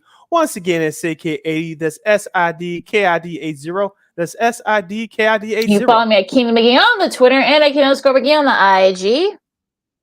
If you have any questions or comments for us during our show today, we have less than a half hour left. So if you want to get in a question or get in a comment, you go to Sports Zone Chicago's Facebook page or Sports Zone Chicago on YouTube. Type in your questions or comments in the comments section. Lakeena will get them up on the screen for you. Of course, you can now catch us live on Roku TV. So you have a Roku television, just go to the sports section and type in Sports Zone Chicago. The icon should pop up right there, just like Lakeena did on that screen just a second ago. Do it one more again, Lakeena. There we go. Sports Zone Chicago is now on Roku TV. If you don't have Roku TV, you should download that app. Search for Sports Zone Chicago. We'll pop up right there. You can enjoy our lovely programming, including our other 5 live shows throughout the week, 24 hours a day, 7 days a week, 365 days in a year, 52 weeks out of the year. So you can enjoy Sports Zone Chicago anytime you like. Lakeena, let's kick off this last segment of the show for today. The NFL, as we always say, it's a 12-month sport, and this piece of news does not disappoint. Amazon, Apple, Disney all have reportedly submitted their bids for the NFL Sunday ticket, while DirecTV may strike a deal with the winner. Currently, DirecTV, since 2014, they are paying $1.5 billion, B as in boy, $1.5 billion for to air DirecTV on their channel every year. Yeah, so as you always say, NFL is a big business. The number one TV show in this country, the United States, right now. Yeah, it's crazy that we saw that maybe it was going to be all Apple, but now, they've got competition for that Sunday ticket. So it'll be interesting to see who DirecTV where they go with, because ESPN Plus, that's interesting because we've heard rumors about them too, and it's gonna be interesting to see where they go here, because I know Amazon too has been wanting to get into the sports game as well. Of course, they're gonna have Thursday night football and such. So it's gonna get very interesting though here, and I feel like this is gonna be very interesting. Like, who will it be? Money? Will it be everything else? Will it be the quality of product? How it's gonna be presented? I know Disney, Disney Plus, they've got like a lot of the various, channels. They could probably put all their stuff on ESPN Plus and such. And, it's definitely going to be interesting to see what they do here. Amazon is sort of the same thing, or how much you're going to have to pay. And Apple TV, I mean, if you're the NFL, you're going to want to, and DirecTV, you're going to probably want to go someplace where it's going to be, widely available. So, I don't know. I mean, we thought that Apple was a favorite for all these months, but now they're getting competition from both Amazon and Disney. Gonna be very interesting to see what they do here. As we always say, the NFL is cash king, and this is a bigger proof of it. You mentioned Apple TV Plus; they already have the Friday Night Baseball package for MLB. For MLB, they just picked up the entire MLS soccer league package. I believe it starts next year, and so. We'll see what happens. Like you said, whoever pays for it is going to be a big bill, but it'll be worth it because the NFL is the number one TV show in the United States. Lakeena, I wanted to ask you, and we didn't talk about it before we started broadcasting today, but regarding streaming services, did you catch Inside the Clubhouse on 670 The Score on Saturday? I did. I usually get tested podcasts. Yeah. So Jed Hoyer, not Jed Hoyer. Crane Kenny was on during the second hour. For those of you who haven't listened to it, go back to 670thescore.com and check out the podcast, hour number 2 of that program. But he was talking about the Marquee Sports Network. Remember, Lakeena, we were talking about this about a month or so ago. Nesson, the TV home for the Bruins hockey team and the Boston Red Sox baseball team, they have the 360 app, which you can download for their exclusive streaming services if you don't have cable. Crane Kenny was talking about doing the same thing, sort of, with the Marquee Sports Network late next year. If you don't have cable, because we all know especially during COVID, that's when the Marquee Sports Network premiered. But at the time, not all the cable services had them. Now, every major cable services around the Chicagoland area has them has the Marquee Sports Network for the most part. But Crane Kenny was talking about doing something similar. They're trying to debut next year. We all know that Bally Sports in certain markets will premiere a similar app to access their programming a month. I believe it's later on this week or next week they're going to premiere. But Crane Kenny, the Cubs president, was talking about, maybe that's him calling you right now, but he was talking about the Marquee Network trying to do the similar model for Cubs fans for next year. Yeah, that's well, I think we talked about it. I think we talked about it, a little earlier, the fact that they all want to kind of need we would say this for months, that people need options, and to look at you still got a lot of cord cutters, even though it seems like there are people kind of going back into the cable game, at their various providers and such. You still got a lot of cord cutters, and I think those cord cutters are realizing that you gotta pay extra for some of this extra stuff. So it'll be interesting to see what happens there. And what's up, Patrick? Our buddy Patrick Voss is listening to us and watching us. So thank you, Patrick. But hope things are well with you. And it's gonna be very interesting though to see what happens here, because a lot we talked about it a couple last week with our girl Christine Manica from KXRB about that maybe the Blackhawks, the Bulls and such, they might be leaving, and the White Sox, they might be leaving. So in a couple of years, maybe in a couple of years when their contract is up. So there's going to be a lot of, and we saw what happened with Boston. We saw what happened with other places around the country as well. So it's going to get very interesting here. Yeah, and like I said, streaming is just another avenue where people can watch their games. As you guys well know, many sports fans like us, you watching one game on your big television, you streaming another game via your laptop or your phone. Sometimes many of you guys are watching 3 games at once. I don't know how you do that. I can barely watch 2 at once or so. Watching 3 or more, that's just a little bit too much for me. But streaming is the way to go. It's a new platform, and I think the NFL is going to have at least one game on ESPN Plus exclusively for this upcoming season. I know he hasn't touched the NBA yet, but I was thinking about this over the weekend. If the NBA doesn't have any exclusive games on streaming for next season, I think their current contract with Turner and ESPN is up after, I believe, 2025. Yes. If it doesn't happen next year, it's definitely going to happen when their new TV contract is reached. So for you basketball heads out there, expect some games to be exclusively on your streaming services coming soon. Yeah, because that's sooner rather than later. Yeah, I think if not later. Yeah, I think there are going to be some options for folks to perhaps maybe do it. And look, we're seeing with right now with baseball with Apple TV and some of their exclusive games on Fridays, and also do Peacock too as well. So there's so many options now. We're kind of we saw what happened to MLS.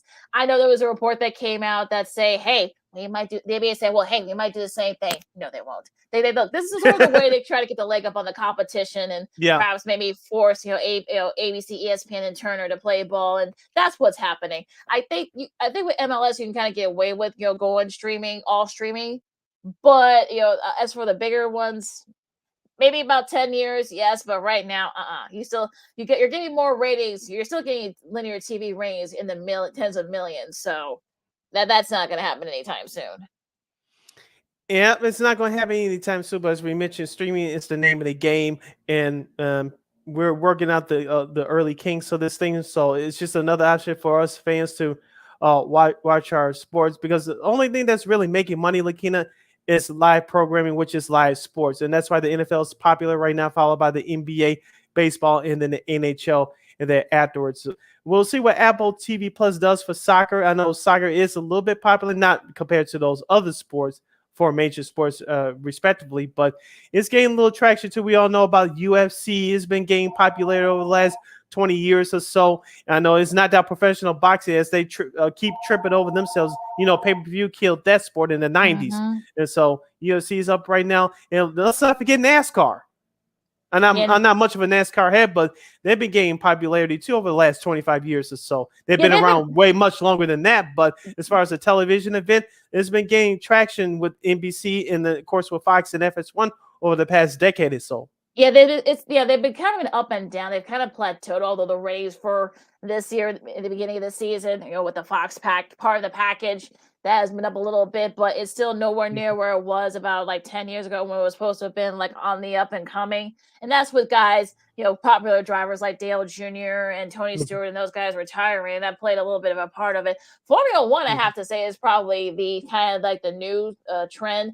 And it just came out over the weekend that ESPN and Formula One have signed an extension to extend for three more years because they've seen the Rays. The Rays have been really good for Formula One, probably the best ratings in years.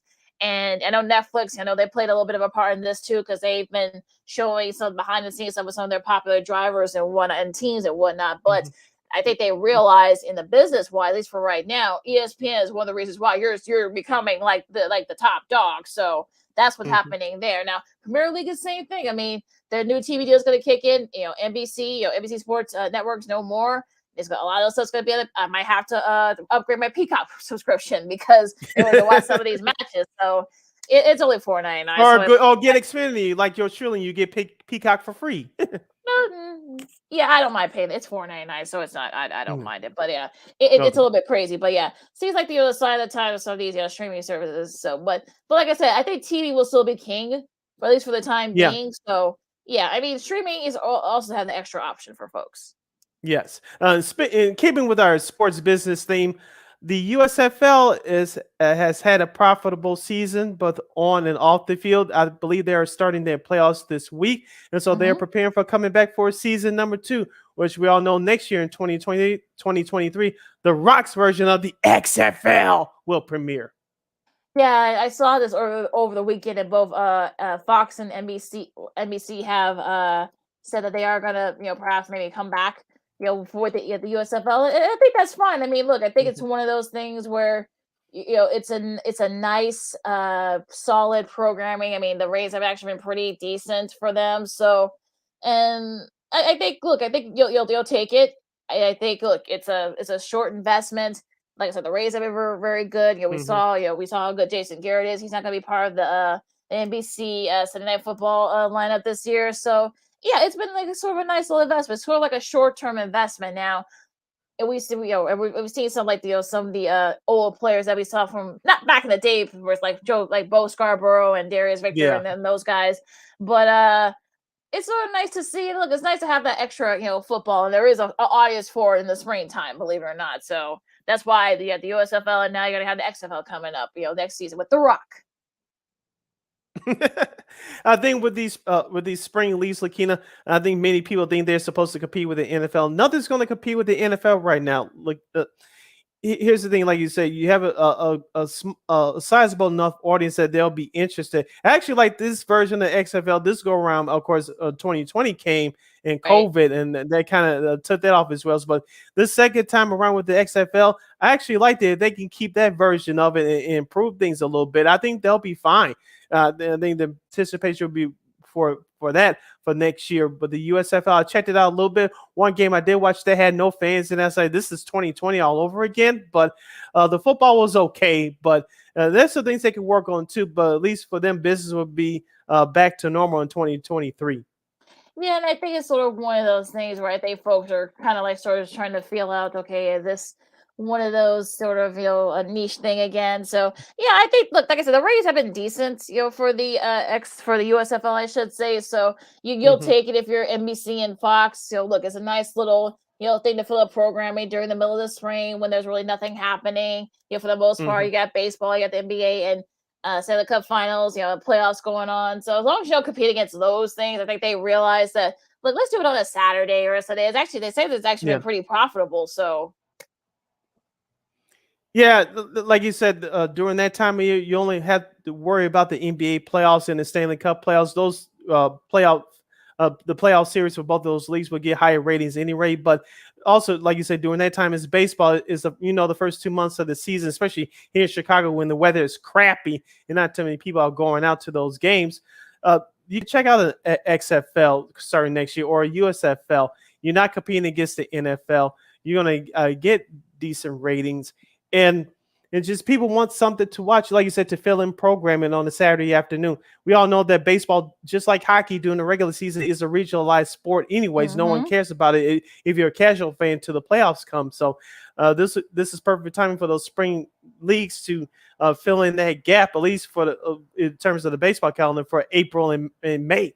Yeah, absolutely. And so this is sort of because during the summertime, everybody's out anyway. Right, so you don't have to worry about numbers wise. The numbers have actually been really good, like I said, and look, I think people may say, look, okay, let me check this out, and then they'll look. I mean, and people are actually rabid football fans, so you get that extra football. People say more football, more better. So now you got a couple of options now starting next season. So we'll see what happens there. I want to give a quick shout out to the Ole Miss Rebels men's baseball team. They win just their second ever title in school history. They win the Men's College World Series, beating Oklahoma 2-0.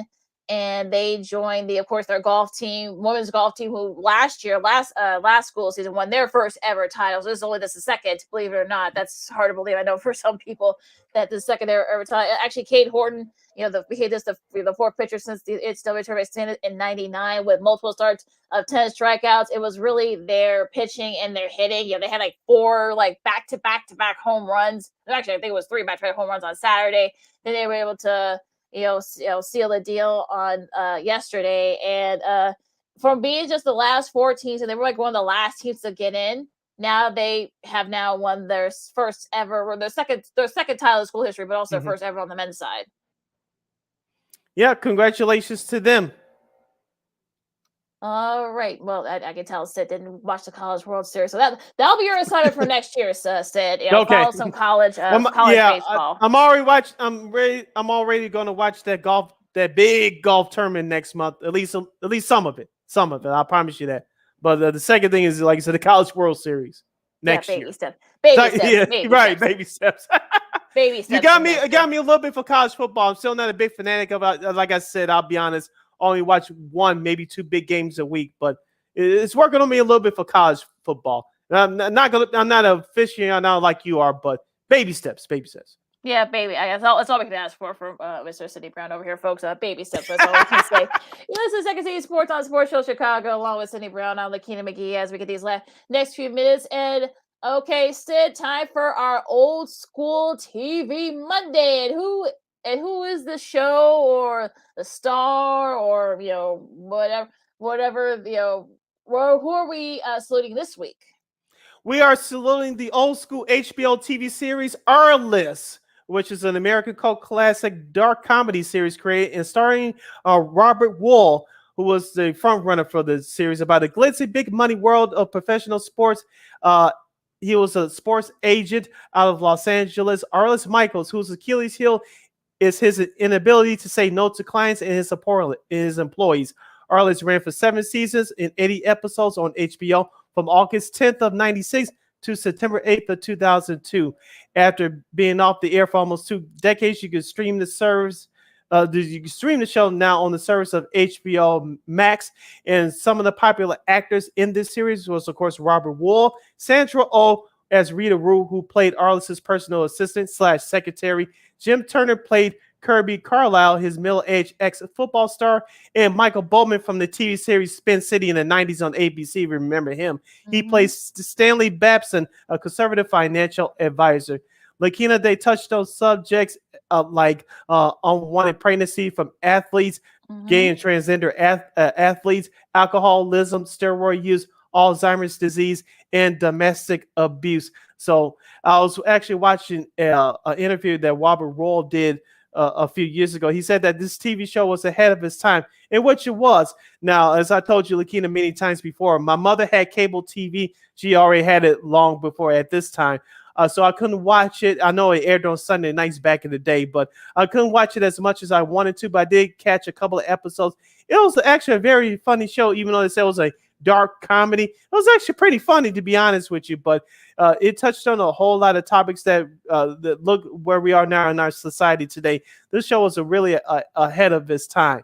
And I know it could have went on for a couple more years, but this show really made an impact for HBO in the 90s. You talk about Sex and the City. You talk about The Wire, which was a very good show as well. But Arliss really kicked it off for HBO in the mid to late 90s. Especially when it came to original program. I know Exactly. the Larry Sanders Show, The Sopranos, Yes. the other, The Wire, Sex and the City, like you said, Sid. And look, it was one of those shows where you're kind of, you're sort of like, okay, this is different. It kind of, took all that stuff to the forefront. I actually just started watching all this, like, so we were able to get HBO, like the one a few times when HBO had HBO those free weekends with HBO. Oh yeah, those free previews. Yeah. So then which I did a lot, like every other week it seemed. So I was able to catch it once we were able to get HBO with the as part of the package. I was able to watch Arliss, and it was actually pretty funny, and I actually got into it. And I was still in high school when we actually were able to watch it. And look, I mean, it touched on a lot of subjects, like you said. I mean, it touched on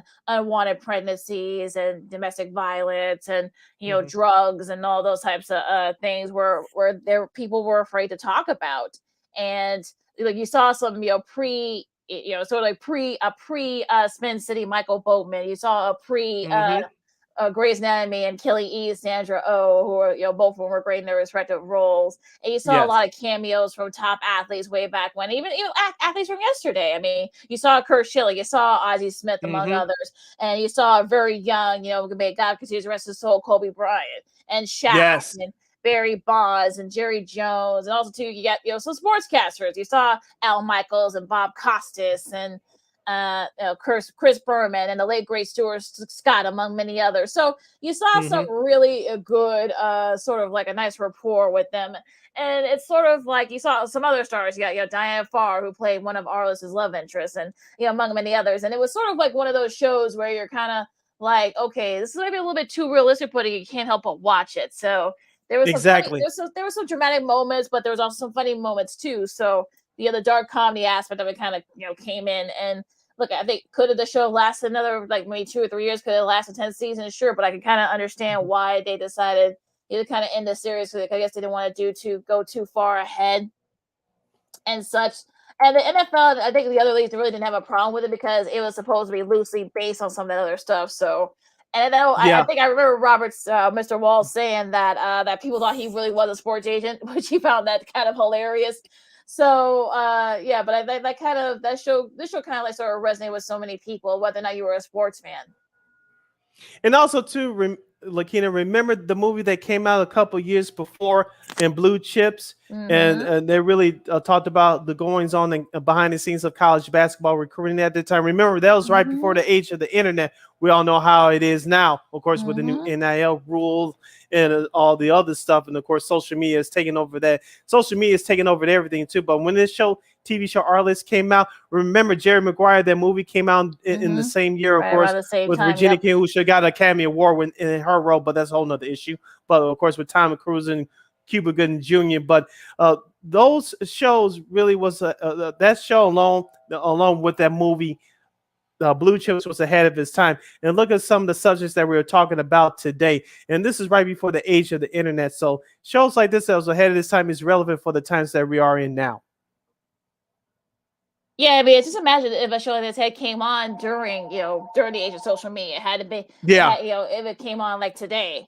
I mean, I'm sure there'll be a lot of folks that be trending and such. And you can say it kind of paved the way for kind of Entourage in some ways because it's sort of like had that same aspect of it. A little more of like an entertainment, Hollywood style. But there were some sports folks on there too, and of course, Jeremy Piven and Ari Gold. You want I think like 3 or 4 Emmys for that role and such. So. Yeah, I think this kind of like paved the way for that show too. So it'll be interesting to see, could a show like this? I don't think a show like this could work, especially in the age of social media with TMZ and such. So I don't know if like a show like Arliss could be, that could be kind of like would be welcomed now, especially all some of the other recent headlines with certain athletes we won't get into, but it'll be interesting as well. Yeah, so we salute to our old school TV Monday show, Arliss from HBO back in the late 90s, early 2000s. So I started watching a few episodes over the weekend, Lakeena. The whole series is on HBO Max, so I'll be watching the whole series from start to finish once again in these next few weeks and months ahead. So we would like to salute the old school HBO TV comedy show, Arliss. Lakeena, we have just a couple of minutes left. You're listening to Second City Sports, the Monday edition, right here on Sports on Chicago. And yesterday was actually the anniversary of one Chicago hometown superstar. He was selected with the number one as a number one pick back in 2008. I am talking about Derrick Rose, Chicago's very own from Simeon High School. He attended the University of Memphis for one season, took that team to the Final Four. Mr. Free Throw, Mario Chalmers, of course, of Kansas, made that game-tying three that forced overtime. Of course, Kansas won the whole thing. But Lakeena, Derrick Rose had a very good start to his career. Won Rookie of the Year in his first year. Made the All-Star team his next 3 seasons. Of course, everything changed in that game 1 of the 76ers Bull Series back in that shortened season back in 2012. And then things kind of went downhill from there. But Derrick Rose has bounced back to have a solid career. He is still playing, currently a member of the New York Knicks. Of course, he had his first 50-point game a few years ago as a member of the Minnesota Timberwolves. Lakeena, I hate to say it. We won't go through the whole thing because we run up against it. But if Derrick Rose would have stayed healthy, what could have been? Maybe we'd be celebrating a championship under his tenure.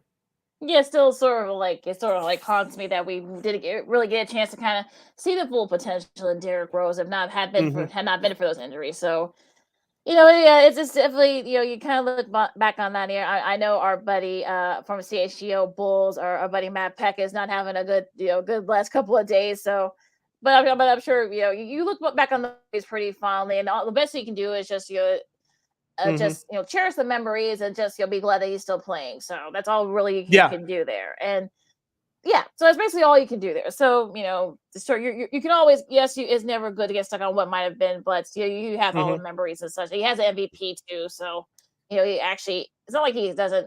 And also too that Memphis thing that never happened apparently, so that's a whole nother issue. Right. Rose, thankfully he's still playing and still playing at a pretty high level too, which is great to see.